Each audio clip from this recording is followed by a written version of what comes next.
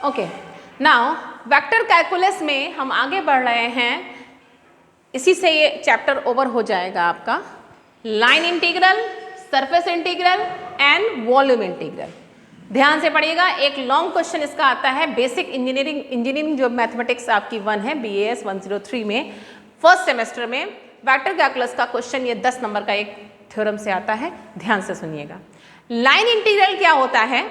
Line integral मतलब single integral, मतलब कि कोई हो सकता है कर्व बना हो A से B तक, तो अगर हमें इसका वैल्यू निकालनी है किसी भी वेक्टर की तो F डॉट dr होगी और A से B तक उसको इंटीग्रेट कर देंगे। सिंपल सी बात है, इसे बोलते हैं लाइन इंटीग्रल।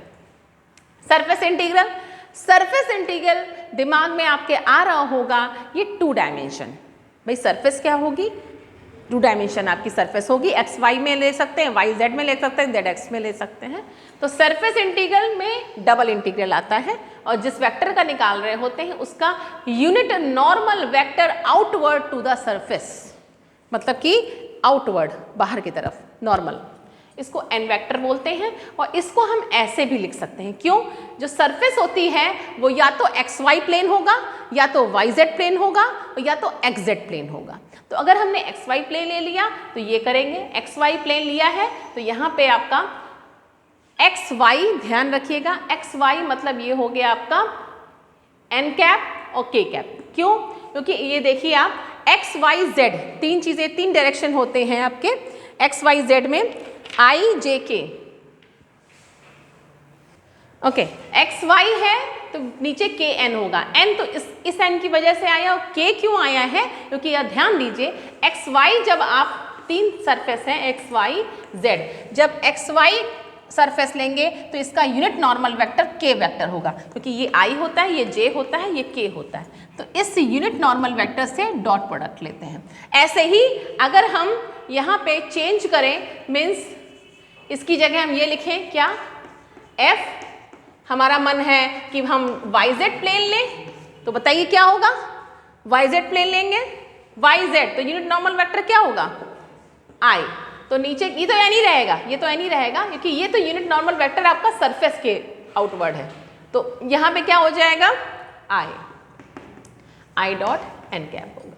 तो इस तरह से हम सरफेस चेंज कर सकते हैं, इसे बोलते हैं surface integral. Okay, volume integral, volume integral में अगर हमें V वॉल्यूम है जो कि किसी सरफेस से, भाई वॉल्यूम क्या होता है? कई सरफेस से घिरा हुआ, जैसे इस कमरे में रूम में बैठे हैं हम लोग, ये कितनी 6 सरफेस से घिरा हुआ एक क्यूबॉइड है।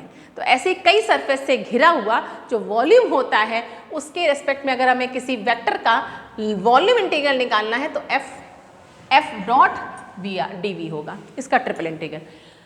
इसमें आपकी वेक्टर कैलकुलस में जो इस टाइप के क्वेश्चंस होते हैं, स्पेसिफिक क्वेश्चंस ही करिए इसके, यही क्वेश्चंस आपके एग्जाम्स में आते हैं, क्योंकि वेक्टर कैलकुलस अपने में बहुत लार्ज पार्ट है, जितना आपको करा रहे हैं ये बेनिफिशियल है आपके लिए।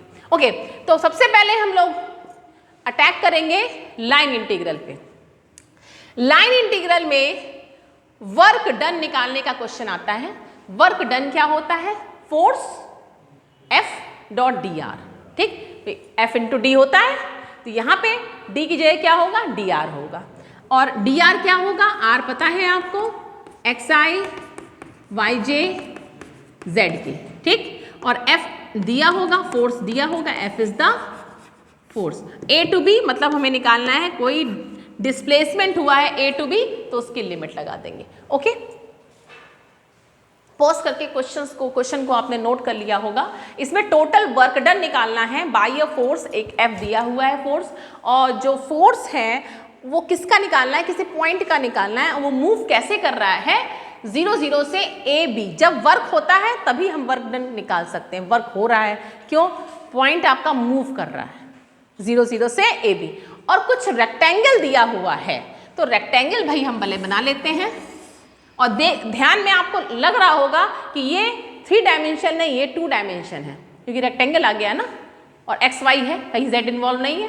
ओके, नाउ एक्स बराबर 0, एक्स बराबर 0 लाइन ये होती है, वाई एक्सिस होती है, एक्स बराबर a, एक्स बराबर a ये होती है भाई, वाई बराबर 0 ये होती है, और y बराबर b ये होती है। तो यही तो रेक्टेंगल हो गया, यस और नो। अब पॉइंट कैसे मूव कर रहा है, 0 0 जो कि ये होता है, ए बी जो कि ये होता है, 0 0 to A B along.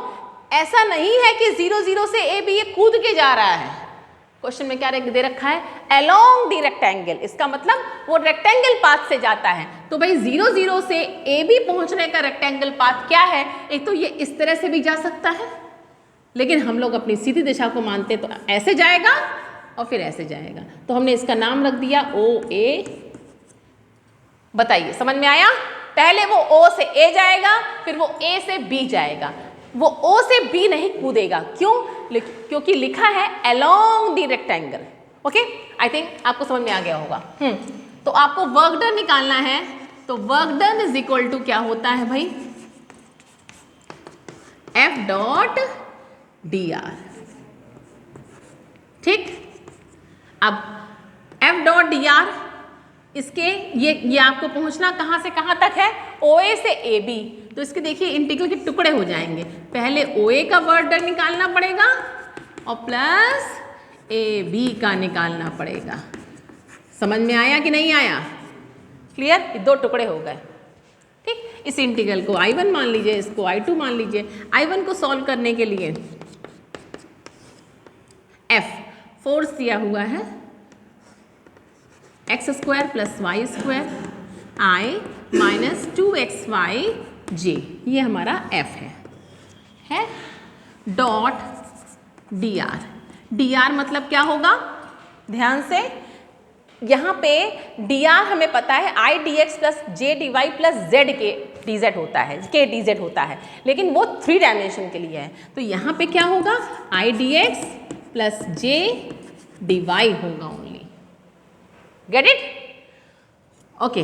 Now i से आई का प्रोडक्ट लिया हमने, तो dot product x square plus Y square आ गया भाई, फिर जे का जे से लिया, डॉट प्रोडक्ट 1 आया, और यहाँ पे क्या आएगा आपका dx और यहाँ पे क्या आएगा dy। इतना सबको समझ में आ गया होगा, ठीक है, क्लियर है। नाउ अब इसके हमने अब दिमाग लगा रहे हैं थोड़ा सा, ये OA है, I1 किसके रेस्पेक्ट में है, OA के, और OA है क्या भाई, OA क्या है, y बराबर 0, y बराबर 0 मतलब dy बराबर 0, तो क्या हो जाएगा, dy 0 कर दीजिए, एक्स स्क्वायर, अब y 0 मतलब जहाँ जहाँ y मिलेगा वहाँ वहाँ उसको, तो देखो टोटल लिमिट इसकी सिर्फ x में आ गई, क्योंकि dy 0 हो गया, y को 0 रखोगे 0 पॉइंट ये 0 हो गया। ओके, अब देखिए पूरा क्वेश्चन x लिमिट में हो गया, यही हमारा टारगेट होता है।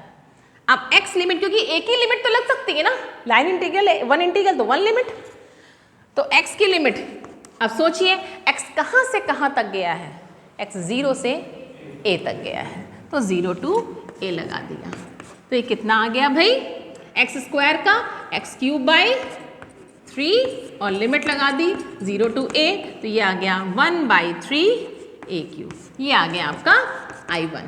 ओके, फटाफट पॉज करके आप लोग I2 निकालेंगे, तो I2 हम बताइए कितना आएगा, I2 क्या होगा भाई, I2 आपका है AB F dot D R.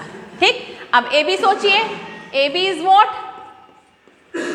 AB क्या है आपका, AB लाइन x बराबर a, जहां जहां x लिखा हो वहां वहां a लिख दीजिए, और dx बराबर अगेन 0 होगा, क्योंकि a का डिफरेंशियल 0 होता है कांस्टेंट का। अब इसमें जहां जहां आपका वो तो सेम ही रहेगा, तो I2 इज इक्वल्स टू क्या हो जाएगा, F डॉट डी आर तो सेम ही रहेगा, आपको dx 0 करना है, तो क्या आ जाएगा -2x xy dy, लेकिन -2 बाहर, x की वैल्यू a लिख दीजिए, लिखेंगे ना a, तो -2 x की जगह a लिख दीजिए, तो y का इंटीग्रल, अब देखिए y आ गया, जब dy आ गया तो लिमिट किसकी लगेगी, y की लगेगी, और y की लिमिट क्या होगी, देखिए a b, तो y कहाँ से गया है, 0 to b, that's all, 0 to b, तो ये क्या हो जाएगा -2a, और y का इंटीग्रल हो जाता है y स्क्वायर, तो b स्क्वायर,